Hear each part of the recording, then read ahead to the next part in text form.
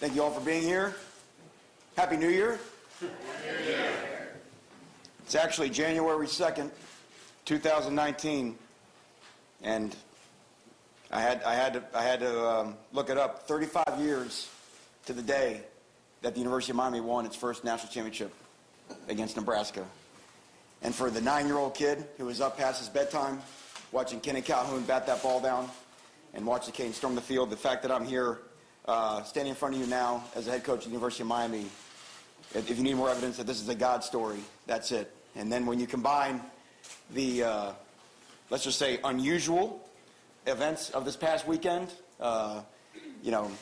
certainly I believe that God's hand was in this, and I just first and foremost want to thank him for the opportunity to stand in front of you today. I certainly want to acknowledge my family, starting with my wife Stephanie, who's been with me every step of the way on this crazy ride. And when you think the ride is crazy, if you think you've had all the crazy you can handle, crazy has a way of saying, watch this. So, but my boys, Colin, Gavin, Manny, my parents, everyone who is a part of raising me to the man I am today. This is an unusual thing. I've got to give such a great deal of thanks to the administration here at the University of Miami, obviously starting with President Frank, who has set a vision that I've come to learn over the last 3 years of making the University of Miami an elite institution in all of its endeavors. I certainly want to thank David Epstein and the entire Board of Trustees for their support, but it goes beyond that. The timely action, what Blake explained, the timely action, as coaches we pride ourselves on being able to make quick adjustments. Okay, so there were some quick adjustments happening on Sunday, and a lot of people who woke up on Sunday morning thinking that this was an easy day, it's right before New Year's, kind of what could possibly happen today? Don't ask the question, because normally it does. So their ability to make this happen in short order was really important, especially given the situation at Temple. And speaking about making adjustments, I have to thank Blake James and Jen Strawley both. One, for having the faith in me to do this job with excellence, but then secondly, for their understanding of the need to move quickly given the situation that was going on at Temple. And to that point, I have to recognize President Englert and Dr. Pat Kraft, the athletic director at Temple, one, for believing in me enough to offer me my first head coaching opportunity. When I woke up Sunday morning, as Blake mentioned, I was putting together a staff to lead Temple to a championship. And I want to mention this because I got this a lot in the last month, where people would come up to me and my family, and they would kind of wink, and they would say, "You'll be back. We know you'll be back. Congratulations on getting Temple, but we know you'll be back." And it's very important to understand that we went to Temple knowing that we would not be back. For two reasons. One, we could never do our job at Temple with excellence if it was always with the mentality of looking somewhere else. That's just not the way that you have success in the coaching profession. And second, I had every confidence in Mark Richt that it was going to bounce back from this past season, turn this thing around. And there was all signs were pointing to him having a very long and successful career at his alma mater. So we took the Temple job full speed ahead to make Temple as great as Temple could be. For what happened on Sunday, there was a series of events, so many things that all had to happen in proper sequence. If any of those things would have been out of order, right now I'd be the head coach at Temple. There's simply no script for what took place on Sunday. So that said, I do want to apologize, especially to the players at Temple. I apologize for not being to be with you and be able to execute the vision that I laid out for our chance for success. However, in the short time that I was there and just being around the guys and understanding the culture in that locker room and the talent in that locker room, I have every confidence that team understands that they're built to win. The next head coach at Temple University is walking into a situation due to the many men who have come and worked hard for that school to succeed. And under Dr. Kraft's leadership, I have no question that Temple will be in good hands and competing for championships. I'd like to thank all the outstanding head coaches throughout my career that I've had the opportunity to work for. Every one of them teaching me something a little bit differently to allow me that when I finally had this opportunity to craft my own philosophy to give myself the best chance for success. But more than any, I have to thank Mark Richt. He came to his alma mater 3 years ago, and he leaves this place in much better shape than when he found it. 30 yards to my left sits the Carol Soffer indoor practice facility. In my mind, there's no way that that's there today. There's no way that that's a reality without the effort of Mark Richt. And that was no small thing. That was no small endeavor. And when you're trying to lead a football team and coach with excellence and going through all the things that he had to do to make that thing not just be a reality, but to make it to be first class and the best in the country, that was an amazing achievement and something that the university will forever benefit from his efforts. His selfless leadership was an example to everyone on our coaching staff, and the players knew that it was their heart that he was really after. He cares so much for the school and his program, and to be honest, he's quite simply the best man I've ever worked for. His wife, Catherine, was an amazing friend and mentor to everyone in our program. They will always be Hurricanes. Now, 52 weeks ago, we were in a New Year's Day 6 game. 52 weeks ago. Obviously, this year at the University of Miami, we had a setback.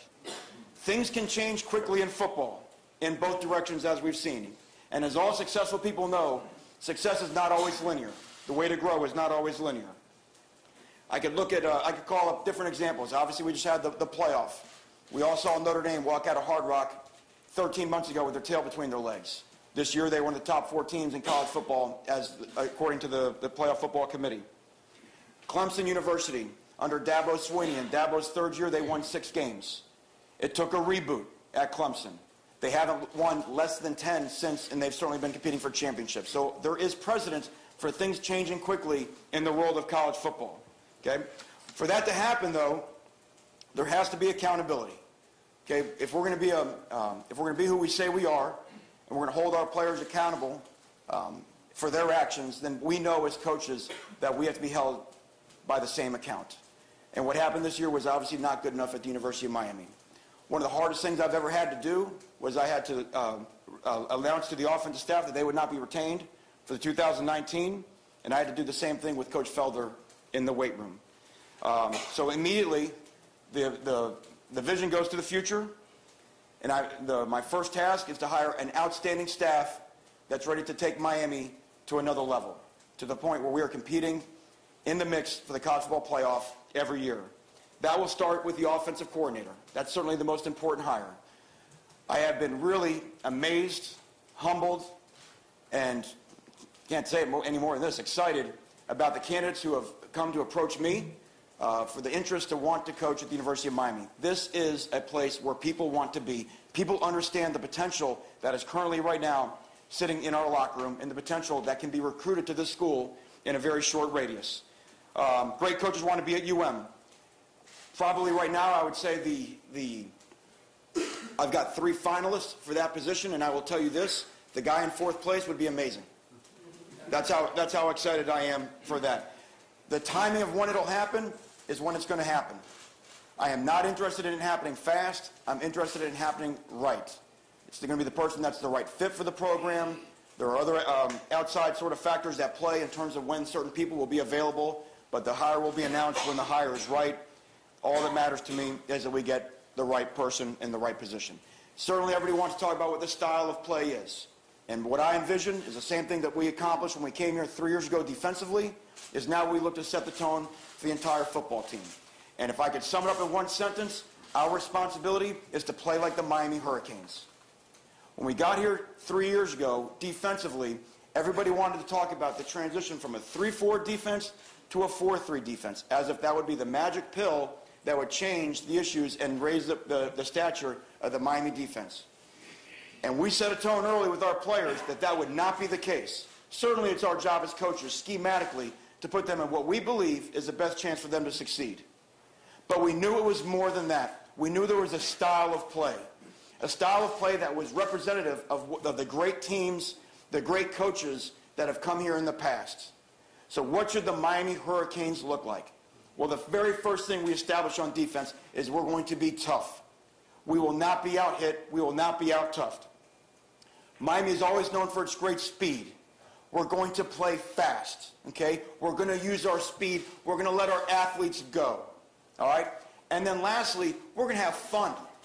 We're going to play with passion. This is a tough city. This is a passionate city. The fans of the Miami Hurricanes, they want to see their teams play with toughness, and they want to see their teams play with passion. When you come see Miami play, it should look like there's two teams on the field and one is having infinitely much more fun than the other team is. Now, there's a lot of hard work that goes into doing that. Okay, there's a lot of hard work that goes into doing that, and we all know that winning is certainly more fun than the alternative. So when you start to put that to an offensive style of play, again, number one, we still have to be defined by our toughness. Our toughness will always start up front. Our toughness will be our ability to run the football. But toughness, when you think about all the Miami greats, the toughness to make the tough catch, the toughness to make the tough throw, and you do it in the toughest games. That's what made Miami Miami. When you walk through the hallway and you see all the great names of the guys that have done it here in the past, that's what they did. They made the toughest plays in the toughest games. And after we talked about up front, it starts next with the quarterback position. Certainly we have to get the quarterback position fixed. We have some young guys on our campus who have shown flashes, who have shown that they have ability. But you don't win at the University of Miami with flashes, and you don't win at the University of Miami with potential. You have to perform. So certainly everybody will be given a clean slate. We will start from scratch with what we have on our campus.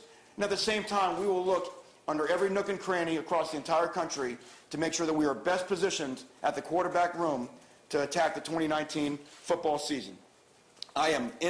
We will have a fantastic offensive coordinator, a great quarterback coach, and a great scheme. But first and foremost, none of that will win without great culture. We have got to get the culture of the football team united between all three phases of the team. Defensively, the core is set. The core is in place. I will be making one more hire on that side of the ball soon, which I will announce quickly. Okay? But I do want to express how much I trust and respect Ephraim Banda, Jess Simpson, Jonathan Packey, and Mike Rump to continue to hold Miami to a high standard. All of those men have amazing futures in front of them. All of those men have a chance to lead a defense on their own one day, or I'll take it a step further, to be a head coach one day. I think that highly of that room. We will be making a change in the strength room. That hire will also be announced soon. I felt it was very important that our current players in our locker room, when they return after winter break, that they feel that they're stepping back into a different program. At its heart, the things that Mark Richt set in place, the heart, the value, the character that matters in this program, that will all stay the same.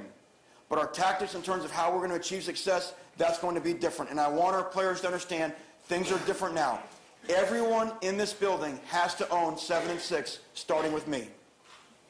I'll say that one more time. Everybody has to own 7 and 6. There's not a blame. There's not a blame to the people who were not retained on the staff as if it was all their fault. If you wore you on the side of your helmet last year, or you wore it over your heart on a coaching shirt, we are all responsible for the 7 and 6. Therefore, it is all of our responsibility to do everything we can to make sure that that never happens again. So I do not want to have a tone set where certain guys can think that they have status. Certain guys can think that, well, that wasn't on me. That is not true. It was on all of us. Everyone returns after winter break with no status. Everyone returns 0 and 0, which is the great thing about college football. We live in a different world every year. The 2018 football team is over. It's finished. They will never be back in the room again. In about a week and a half, when the team returns, the 2019 Miami Hurricane football team will be born. And what it does from that point on will be decided by their next step after that first initial meeting. It will be very important then in our recruiting aspects that we stay true to who we are and our identity. We will always be defined by how well we recruit Dade, Broward, and Palm Beach County, pushing out to the state of Florida line through I-4. We will recruit nationally to find the players that we cannot find inside that footprint. We have to make sure that the high school football coaches in South Florida know that we're honest and true with our evaluations, that the guys that can make it happen on the fields down here, we believe can make it happen for the Miami Hurricanes. It's always been that way. What the recruiting services rate them is of no consequence to us. There's a million guys that have their name up on this wall that were not highly rated by recruiting services. If you can play in South Florida, you can play in college football. That's been proven over and over again. And that goes back to all the way to the youth football programs down here in South Florida. Youth football is where it all starts. Under the leadership of different guys on our staff, including Coach Banda, we've done an amazing job of touching those communities, creating great relationships with the youth football coaches down here in South Florida. That will continue, and if anything else, that will accelerate. We want to make sure that from the first time you put on a helmet down here in South Florida, that you bleed orange and green, because those are the next great players that we'll all be watching in the college football playoffs from time to time, to come. So like I said, This is an outstanding day for me, an outstanding day for my family. I'm truly honored to be here, humbled to be here, to be quite honest with you all. But more than anything, excited about what's next. These press conferences, things like this. We have to do this. But on 240 days from now, I don't know if anybody's remember anything that's said in this press conference today when we're up in Orlando. So with that, again, thank you all for being here. Happy New Year, and go Canes. Thank you.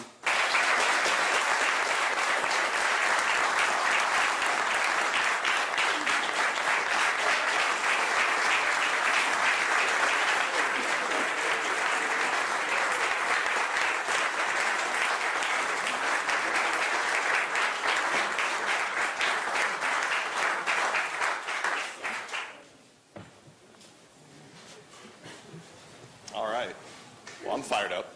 Everybody else is.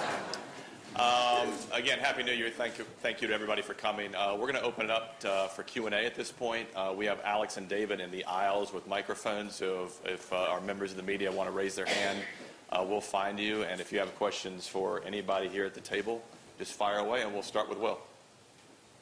Manny, congratulations, first of all.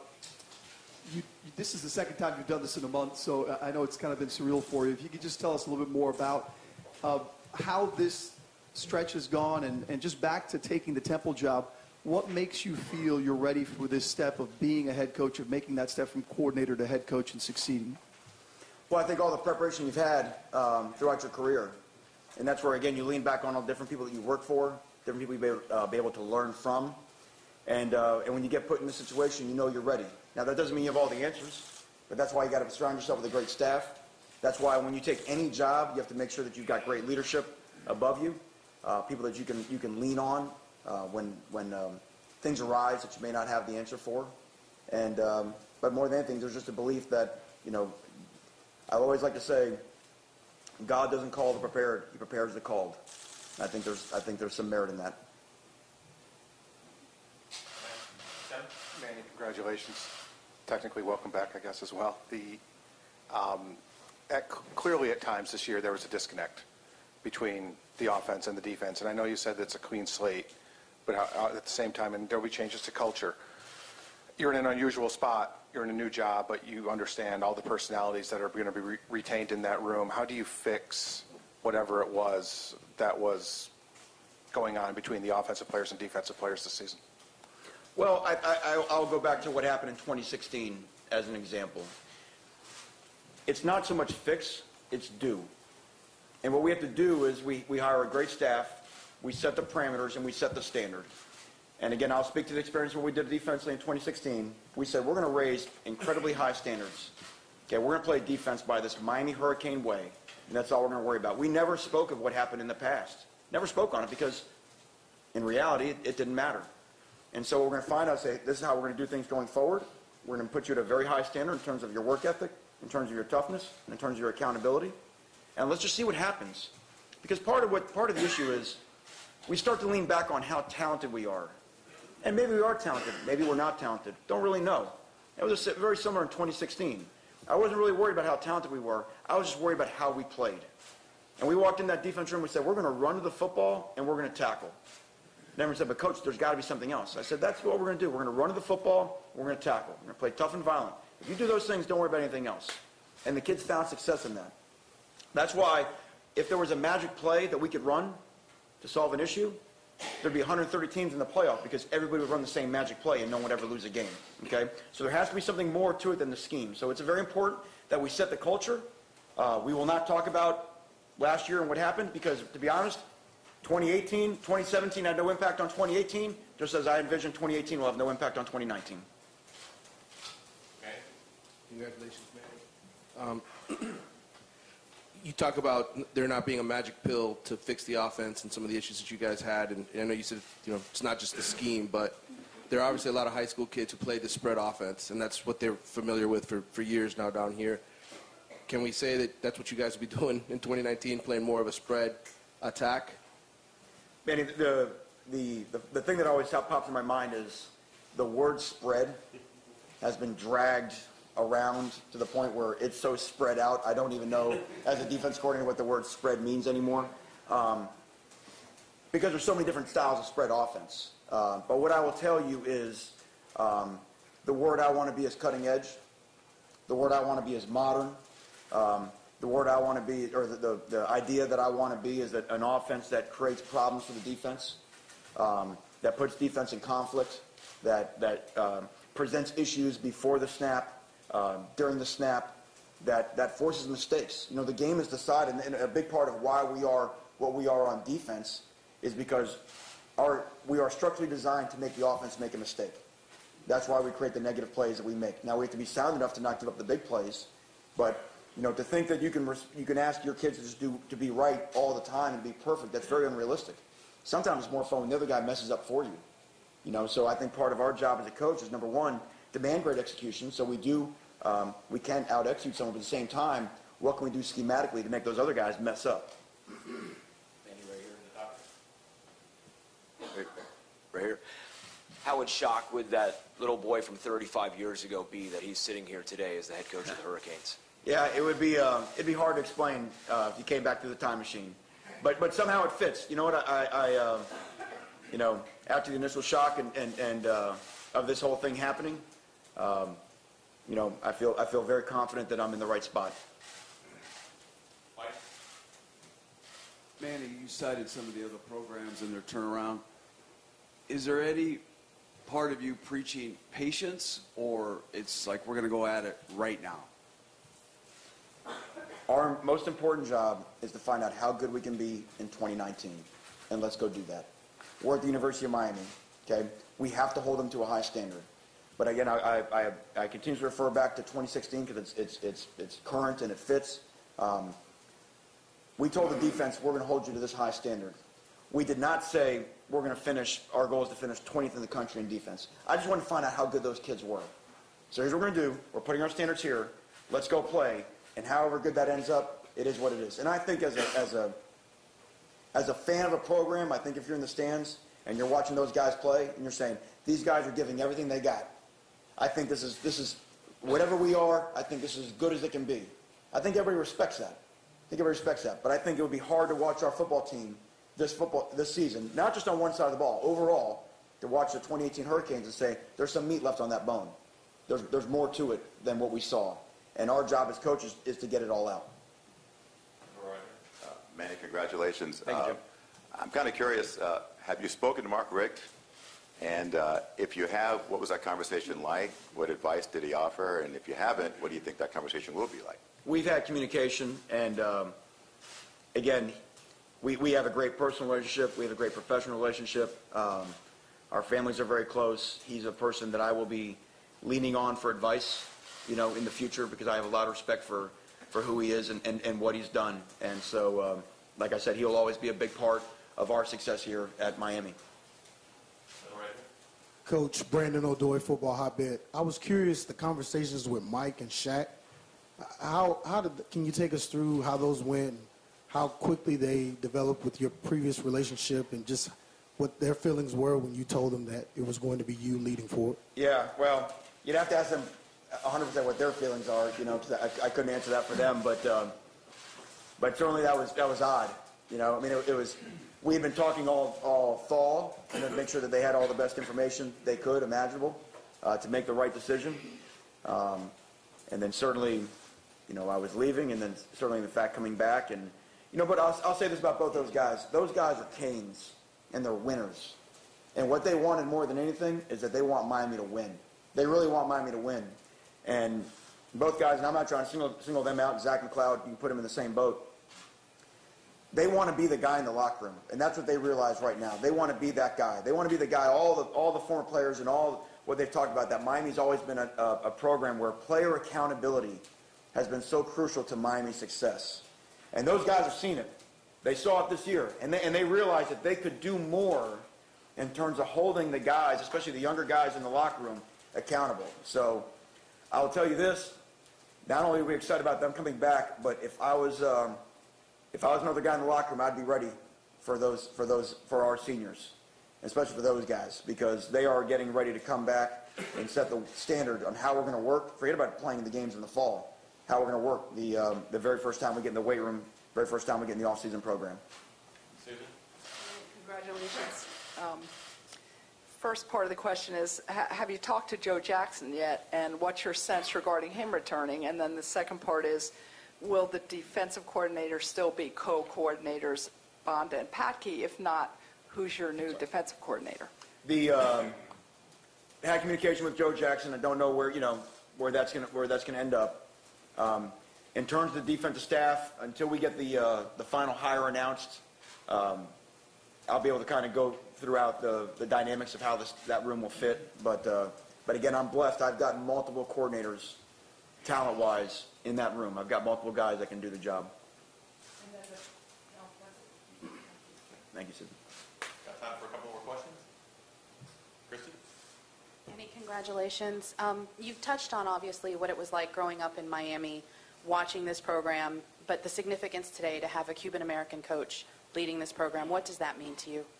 Well, you've heard me say many times before, Christy, this is Miami's program. And the University of Miami should reflect the city of Miami. We should reflect it in our style of play. We should reflect it in the way we carry ourselves throughout the community. And we should hopefully reflect it in the way that we win. So I think certainly, me being here today is just a part of that. But again, my job right now is to make sure that I'm the best man for the job. And again, I'm appreciative that Blake put his faith in me, regardless of where I'm from. But it does mean a lot for sure to represent my community, to lead the Miami Hurricanes. Manny, you mentioned the chain of events that took place for this to work out so perfectly. Just curious, how close were you to getting on the plane to go into Temple? Well, my plan was that there was really nothing I could do in Philadelphia until after the new year. Okay, so we came back with the football team on Friday, and then most of the work that I could accomplish, which is really not any different than what I'm doing right now, is you're doing through the phone. So you're on the phone all day. You're talking to different people, trying to put it all together for up there. So it was not something that I had to be physically in Philadelphia for until after the first. And then the idea was for me to get the new staff, together on the second, or basically today, up in Philadelphia. So it was just by chance that I happened to be in the area when the anthill got kicked. Will? Manny, you touched on it a bit, but in a broader sense, when a team struggles as they did last year as a program, some people get the sky is falling feel. Obviously, the year before, it was, you had the 15 straight wins going into the year, all that stuff. How much closer do you think reality is to what this program can be starting next year? That stretch where the team was on that high, or a little bit of what we saw last year? Well, I think as any coach, you would say you're closer to 2017, because you're not that far off. I think the players believe that we're not that far off.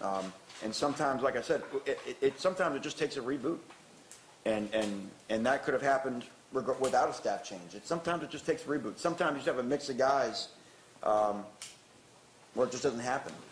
So I don't think there's a player in our locker room right now that believes that we are what we just put on tape over 13 games. Unfortunately, our record says that we are. So the only thing that helps is that it's a new year. I mean, the actual changing of the calendar year is symbolic but significant. And we have a chance now to decide what we are. That, to me, is the most important thing. Who are we now going forward? And that's my opportunity to define that by our style of play, opportunity to hire an offensive coordinator that can define that, through what he does schematically. And then really our players' choice by how they choose to work, how they choose to be accountable to each other, and how they choose to play. We'll do Christy and then two more after. Manny, you mentioned obviously Zach and Shaq and Mike, just kind of the leadership roles that they're going to take. Have you had a chance to catch up with any of the guys on the offensive side of the ball? Have any of them reached out?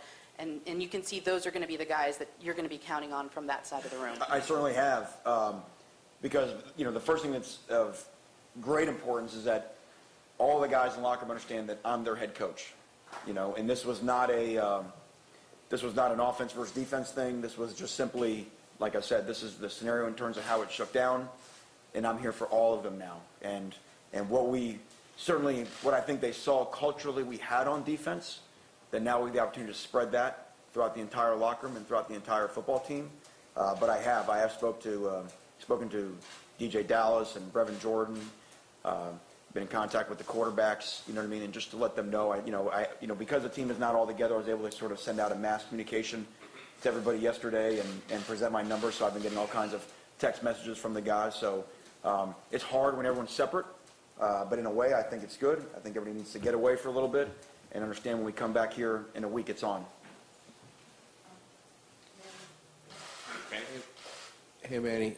So obviously you came up with the turnover chain for defense. You got something for offense that is going to get those guys?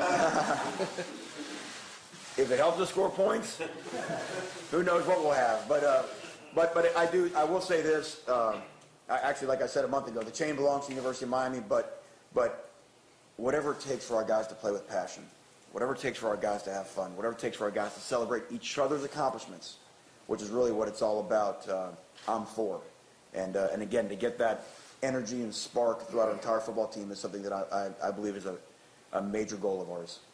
We'll wrap up the Q&A portion with Susan. Manny, there have been a lot of recent, actually going back a lot of the season, difficult situations regarding N'Kosi Perry, and there are all kinds of rumors saying that he might be suspended to start 2019.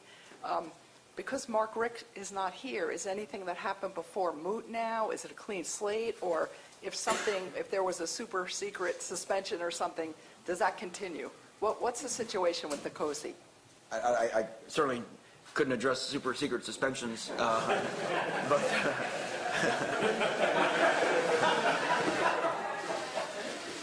sounds like anyway. It's obviously very important that our football team has discipline and great accountability. Anytime there is a change, the players do know that there is a clean slate, in terms of how they behave and act, and especially at that position, right? I mean, to be the quarterback at the University of Miami, that's no small thing. That's in this town. You got to have thick skin, and you got to have a way about you now that. All I have to do is look at the names that have done it here in the past. There was a time we called this QBU. And that can happen again. So N'Kosi understands, and all the guys understand that everything they do, how you do anything is how you do everything, and their behavior at all times reflects their ability and desire to be the quarterback at the University of Miami. So in some ways, yes, everybody understands that what you do now is what matters the most, and certainly if there were other issues that from the past that were lingering, those would have to still always be addressed. Great. Thank you, guys. Don's going to wrap us up, but because of the well-deserved standing ovation, I think some of our photographers missed the jersey photo, so we will be restaging that afterwards. So, Don? Thank you, Carter. I want to take a moment to thank a lot of these people, especially to everybody in this room to begin with, but I see people that have been donors and supporters and believers in this program my entire life. And I don't want you to ever think that we don't appreciate it, because we do. And we can't say everybody's name, and we can't say what everybody's done, but you know, and we know. And my advice to you is, or suggestion to you is, never give up on this University of Miami. Never. The decisions that have been made here today are for the benefit of this University of Miami and this program. We have just hired a man that has fought and clawed and worked and deserved and has earned this job at the University of Miami. Our athletic department is led by the best people in the country that care for these student athletes. Above everything else, every waking moment is about the student athlete. And when someone gives you the opportunity to stand up for this University of Miami and tell them what a great place this is, and what a great institution this is, and what great coaches we have, and how much we care for our student athletes, do it. And do it every single time. Blake James, thank you for making a great hire. Manny Diaz? Yes.